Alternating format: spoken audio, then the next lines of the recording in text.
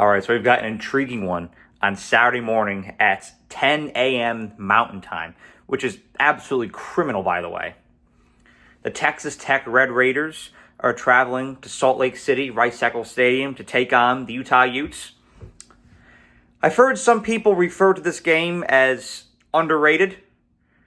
Quite honestly, I don't know in what worlds a matchup between not only two ranked teams, but potentially two of the best teams in their conference and two potential playoff teams would be underrated, but it's most certainly not a world that I'd want to live in.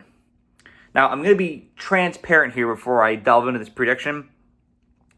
It's challenging to make a definitive prediction on this game because the profiles of both these teams are still very much in their primitive stage, their elementary stage. I mean, Texas Tech had a dominant win over Oregon State, but Oregon State seems to be in shambles right now, and Utah's dominant win has been over UCLA. Kind of same thing. And so we don't have much of a developed profile for either of these teams, so it's tough to make anything that's definitive, but nonetheless, this channel is all about fun. So we're still going to dive deep into this prediction. It seems right now that Utah has gotten its swagger back. And I think that a huge component of that is having consistency and reliability, and most importantly, the most important ability there is, availability at the quarterback position. Cam Rising missed all of 2023 and most of 2024. And when you're a team and you don't have your starting quarterback, well, it's demoralizing. You know, you really lose your dignity, you lose your identity, you lose your sense of direction as a team, and subsequently, you lose your swagger.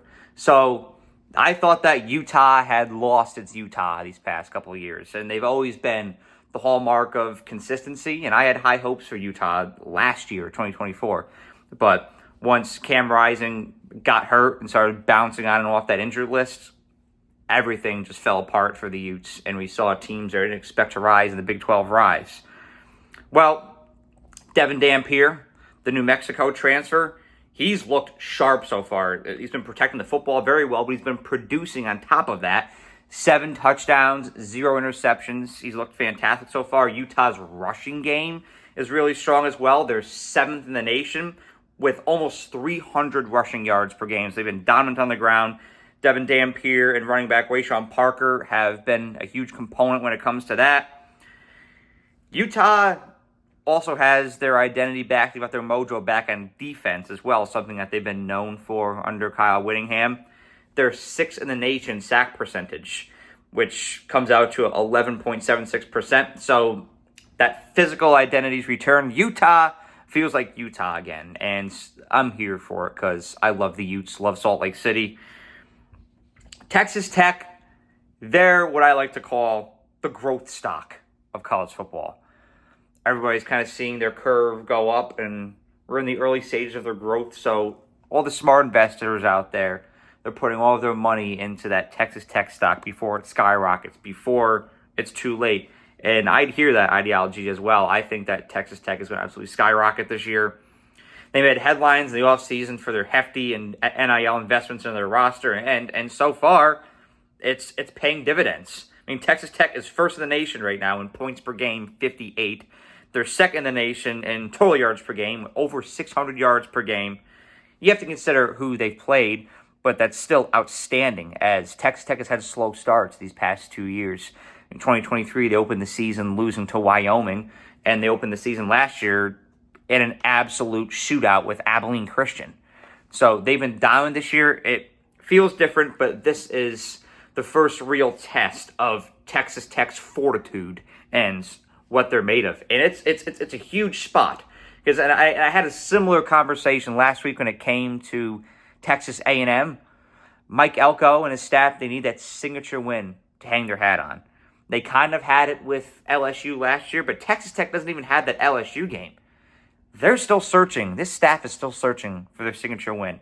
Well, going into Salt Lake City and taking down a ranked Utah team, a Utah team that seems to have its swagger back, its mojo back, a fully functional Utah Ute team, that would speak miles for Texas Tech. and it'll really start to turn some heads and get some conversation going. Because right now the narrative is, yeah, they've beaten up on Meatball State and Oregon State and this and that.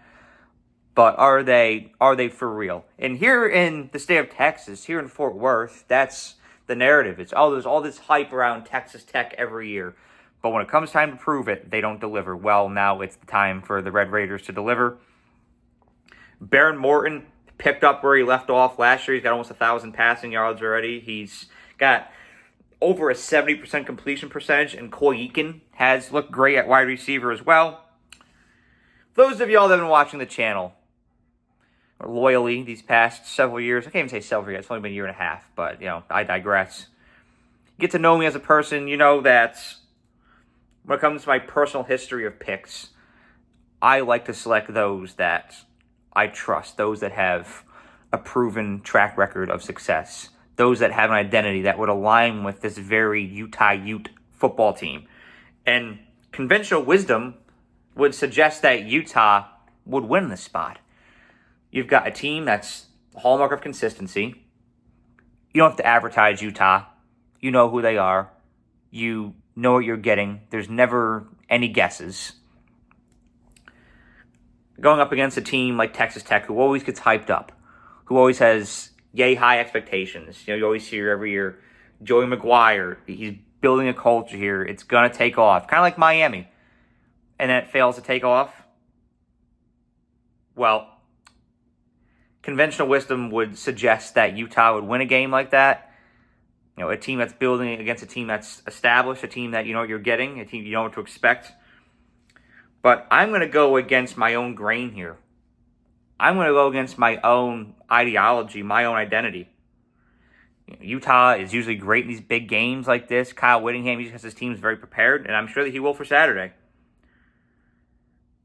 But something's in the air. Something's in the water, and I detect it. Utah is favored by 3 points. I'm going to go against Vegas.